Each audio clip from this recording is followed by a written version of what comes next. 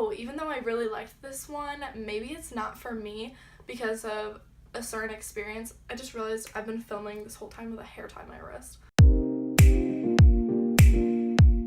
Hey guys, welcome back to my channel. My name is Talia and today's video is going to be my sorority / Greek life Q&A. So obviously every sorority and every fraternity at every college or university is completely different. So I don't want to be speaking for everybody, but I kind of just want to talk about my experience in a sorority and going through recruitment. So hopefully my experiences and my advice can be a little bit helpful, even if it doesn't apply directly to your school's recruitment process or Greek life. So I just want to start off and say Greek life is basically just a general term to refer to every sorority or fraternity at a college. So I know that there's a lot of negative stigma surrounding Greek life, but I think that lately it's been heading in the right direction. So I just want to show the good side of being in a sorority because I personally have not had any negative experiences. So I'm gonna start off by talking about recruitment because this was a big question that I got, and basically it was just, what are your thoughts about recruitment and kind of advice for going through recruitment. So I've only been on the outside of recruitment. I have not gone through it in a sorority yet because I am still technically a new member. So obviously, like I kind of mentioned before, every school and every sorority and fraternity does recruitment different. Sometimes it's called rush, sometimes in the fall, sometimes in the spring. Mine happens to be kind of in late fall. So for those who are asking for advice for going through recruitment, I think that the number one thing is to keep an open mind. I know that sounds really cheesy, but that's kind of the mentality that I went in, was just with an open mind, and I got to know all the sororities at my school, and obviously they're all amazing. And I think sometimes it'll surprise you who you connect with in each of the sororities when you're going through recruitment, each of the different rounds. If you just stick to being yourself and try not to be too nervous. I think that everybody gets a little bit nervous, even if it's just excitement, but just to stick to the mentality of anything could happen and it should be a really positive experience. Sometimes it's tiring, but I'd say that's like the only negative aspect, and the fact that they're not supposed to give us food.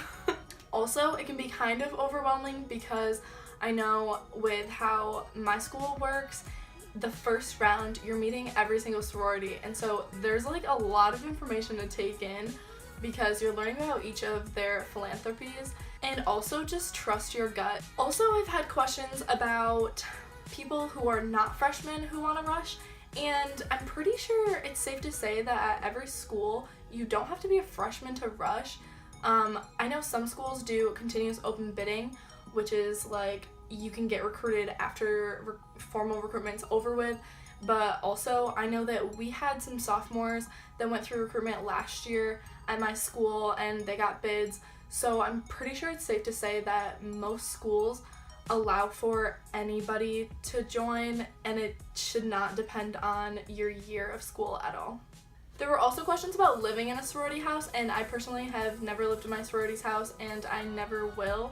So that really just depends on how the house process works.